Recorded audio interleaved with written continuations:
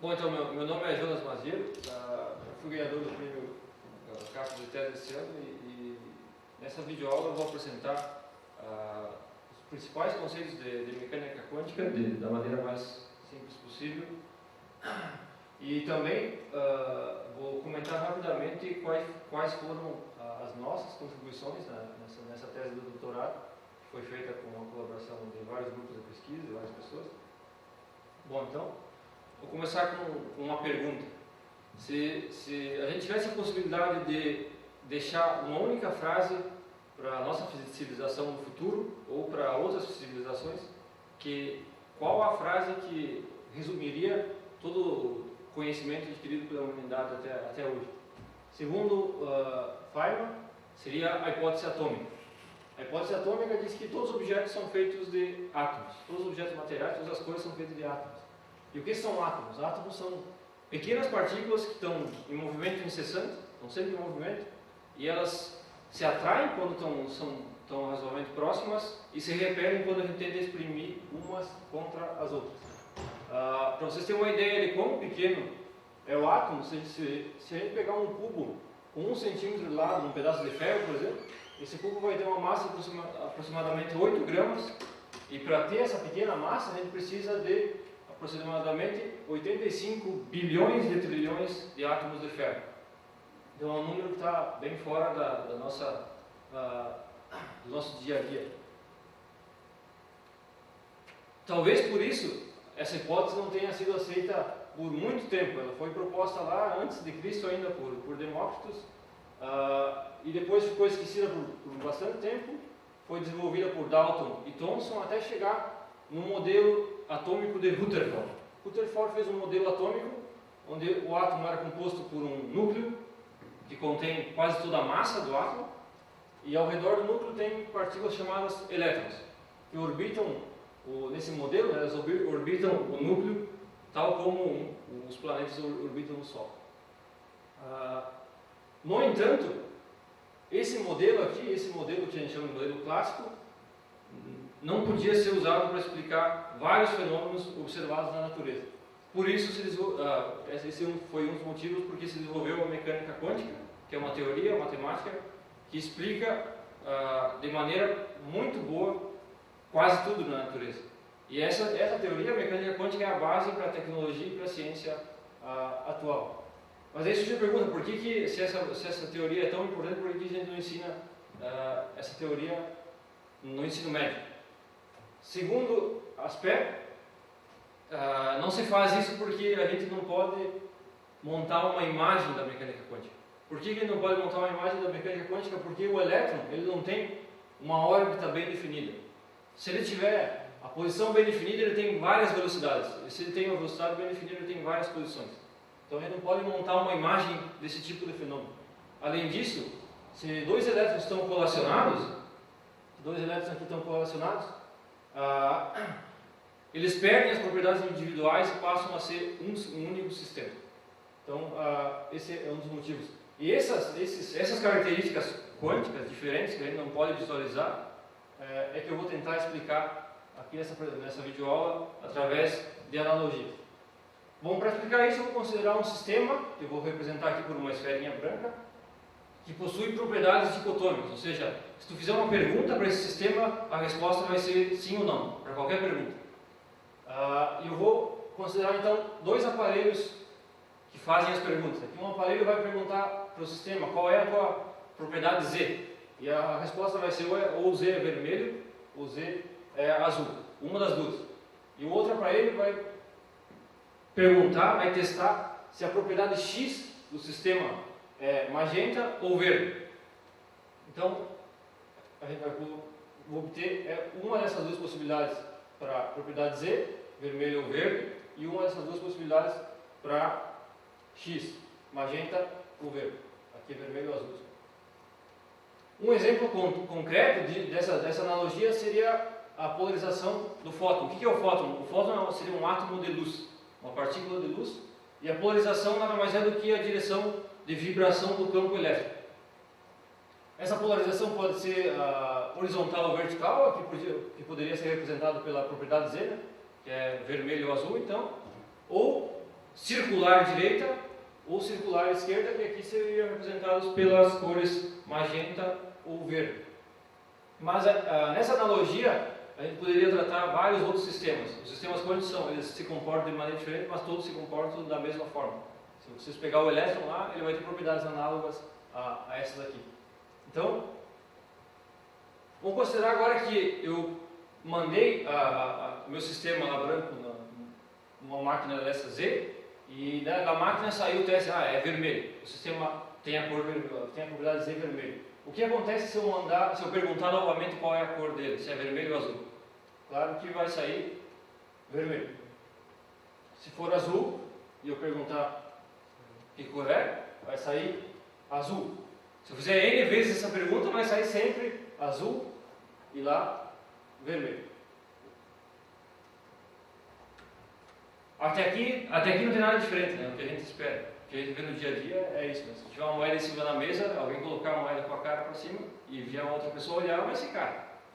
O coroa é a mesma coisa. O que acontece agora se eu mandar a partícula preparada com Z vermelho para uma máquina X e perguntar qual é a propriedade X, se ela é magenta ou verde? Eu posso obter, nesse caso, se observa que às vezes a gente obtém magenta e às vezes verde. Se fizer N preparações, preparar N sistemas com a propriedade Z vermelha, eu vou obter metade das vezes a propriedade X magenta e metade das vezes verde. E aqui eu tenho uma certeza máxima sobre o que vai acontecer. Não tem uma ordem, uma sequência previsível de cores. Vai acontecer magenta, pode acontecer verde, depois magenta, verde, e assim por diante. E a mesma coisa para se preparar um sistema com Z azul. Então, a gente chega no primeiro princípio fundamental da mecânica quântica, que é o princípio de certeza de Heisenberg. Se um objeto tem uma propriedade física, no caso aqui Z, bem definida, né, ele tem a cor aqui ou vermelho ou azul. Então essa propriedade está bem definida. Uma outra propriedade, que a gente chama de propriedade complementar, deve ser incerta. Ela não pode também ser bem definida. Então a propriedade X não pode ter a cor definida magenta ou verde. Então no caso do fóton lá, se ele tem a polarização horizontal, ele não pode ter a polarização circular direita ou circular esquerda, bem definida também. Tem que ter uma incerteza sobre qual polarização o fóton tem. Como isso aparece na descrição da mecânica quântica? Na descrição da mecânica quântica, quando a gente prepara um sistema Z vermelho e manda ele para uma máquina de teste X, segundo a descrição da mecânica quântica, esse sistema tem ao mesmo tempo as cores magenta e verde. E a mesma coisa se eu pegar aqui na saída desse experimento aqui, pegar o sistema com a cor magenta e mandar para uma máquina Z, ele vai ter ao mesmo tempo as cores vermelha e azul. Mas agora surge, e qual é a chance de eu ter uma cor ou outra aqui? Aí a gente chega numa regra importante de mecânica quântica, que é a regra de Bohr, que diz que a chance de obter uma cor ou outra aqui nesse experimento vai ser proporcional à semelhança entre essa cor e a cor do estado da propriedade preparada. Outra pergunta: essa incerteza sobre a cor da propriedade, a propriedade X, sobre o valor da propriedade X, ela se deve à nossa incapacidade, se deve a alguma variável que está escondida de nós, que a gente não conhece, ou ela é uma propriedade fundamental da natureza? John Bell mostrou em 1964 que ela é uma propriedade fundamental da natureza.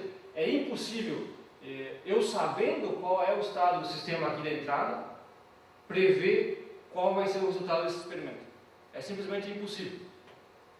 Com uma moeda, embora pareça que exista incerteza em qual resultado a moeda vai, se tu jogar uma moeda, tu vai obter, essa incerteza não é real.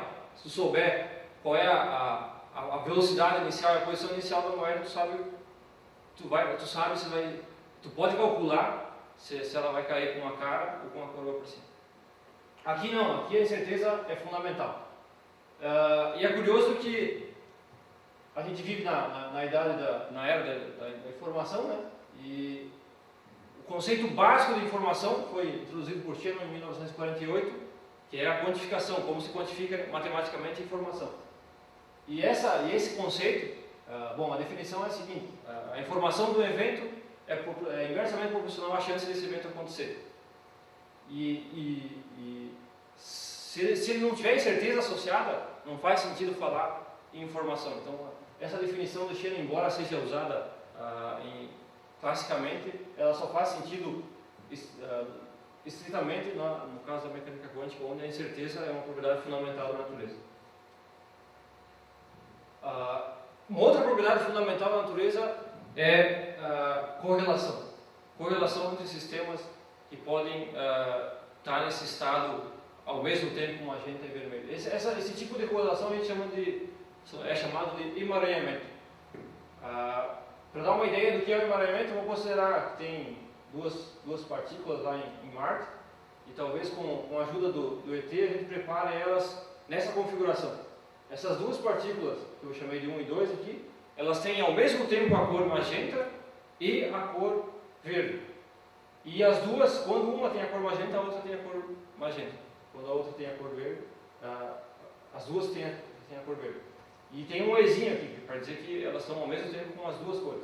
O que acontece agora se o ET mandar uma partícula para Alice, na Lua, e outra para o Chaves, na Terra? E eles fizerem testes com a máquina X, testar qual é a propriedade X dessas partículas. Se o Chaves obteve, o que se observa é que se o Chaves obteve X verde, a Alice vai obter X verde também. Se o Chaves obter X magenta, a Alice vai obter X magenta. Aí se a gente fizer N preparações, como N é um número muito grande de preparações, o Chaves e a Alice vão obter metade das vezes, 50% das vezes a cor magenta e 50% das vezes a cor verde. E eles também não podem prever qual cor eles vão obter no próximo experimento. Então eles têm, localmente, eles têm uma incerteza máxima sobre o que vai acontecer no futuro. Só que quem preparou o estado sabe que quando aqui o Chaves obteve a cor magenta, ele sabe instantaneamente que a cor que vai ser obtida pela Alice, ou que foi obtida pela Alice, também é magenta. Então o sistema, os resultados aqui estão correlacionados. Schrödinger falou que isso é uma propriedade fundamental da mecânica quântica, porque é totalmente diferente do que se espera classicamente. No caso aqui, a gente conhece totalmente, tem máximo conhecimento sobre a configuração do sistema como um todo, mas tem certeza máxima sobre as suas partes. Basicamente não, se a gente desmonta um aparelho e conhece como funcionam as partes e montar o aparelho, a gente sabe como funciona o todo. Aqui acontece o reverso, para estados, para configurações emaranhadas. Bom, em ciência da informação quântica, a gente define tudo de maneira operacional, em termos de alguma tarefa. E o emaranhamento não é diferente, o emaranhamento é definido em termos da seguinte tarefa. Imagina que o Chaves tem duas partículas, 1 e 2, totalmente descorrelacionadas. Uma não sabe nada sobre a outra, e ele manda essas duas partículas, uma para Alice na Lua e outra para o ET em Marte. Aí o ET e a Alice podem telefonar, conversar, para orientar, para combinar que operação local eles podem fazer. Através desse tipo de ação, eles podem criar ou as duas partículas com a cor verde, ou as duas partículas com a cor magenta. Então eles podem criar uma configuração ou a outra, não as duas ao mesmo tempo. Ou qualquer uma dessas outras aí. Mas é sempre ou. Eles não podem criar a superposição delas terem a mesma cor, as duas terem naquele estado emaranhado. Aí por isso, porque eles não podem criar através dessas operações feitas em locais distantes e usando comunicação para orientar essas operações, eles não podem criar uma configuração dessas, que é um estado que a gente chama de emaranhado, uma configuração emaranhada. O emaranhamento é definido justamente dessa forma. Tudo que não pudesse ser criado através dessas operações é chamada correlação quântica, que o Schrödinger deu o nome de emaranhamento ou entrelaçamento. Então isso, em essência, operacionalmente, isso que significa emaranhamento. E por muito tempo se acreditou que tudo que não era emaranhado era considerado clássico. Só que lá pelo ano 2000, Zurek e Vedral perceberam que para um sistema clássico sempre é possível achar uma maneira de medir esse sistema sem perturbá-lo. Então se o sistema é clássico, existe uma maneira de testar que propriedade ele tem, qual o valor de uma propriedade, sem perturbar, sem mudar aquela propriedade. E quanticamente isso é impossível. Se o sistema está no estado quântico de superposição, é impossível fazer uma medida sem perturbar esse sistema. E o quanto uma medida, um teste perturba o sistema é o que a gente chama, o que foi chamado de discórdia quântica, que é basicamente o assunto da minha tese.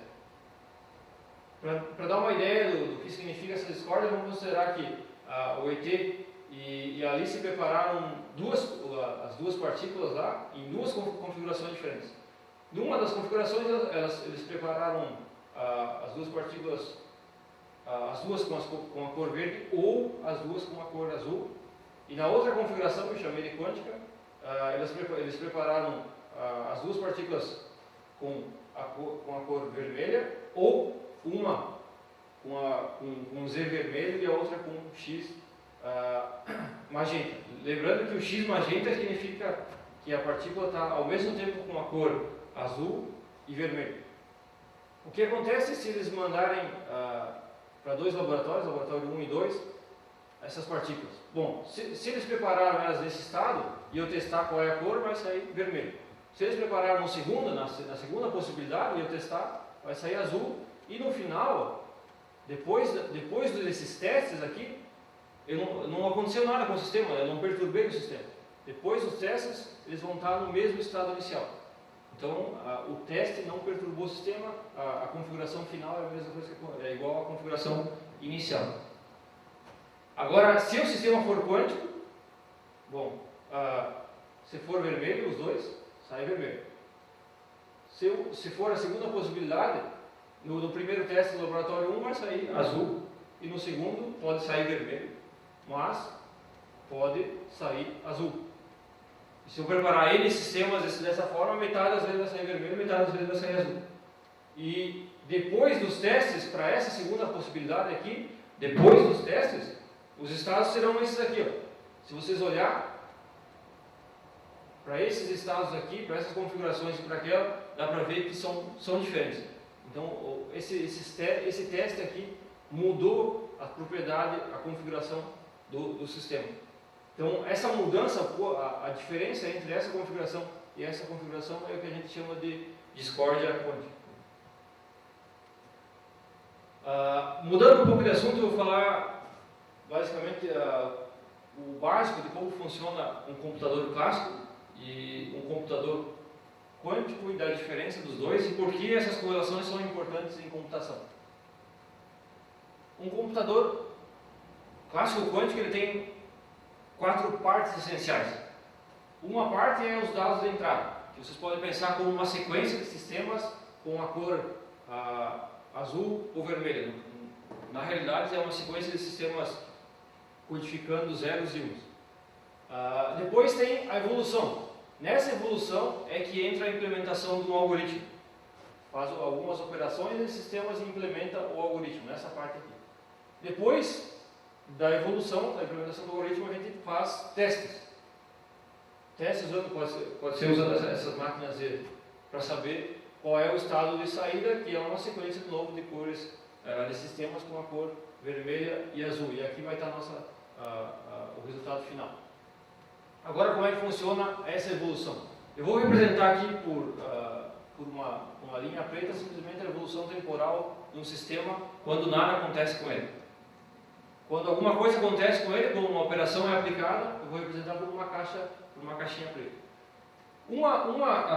Bom, tanto na computação clássica como na quântica, qualquer operação desses sistemas pode ser implementada usando um conjunto bem pequeno de operações.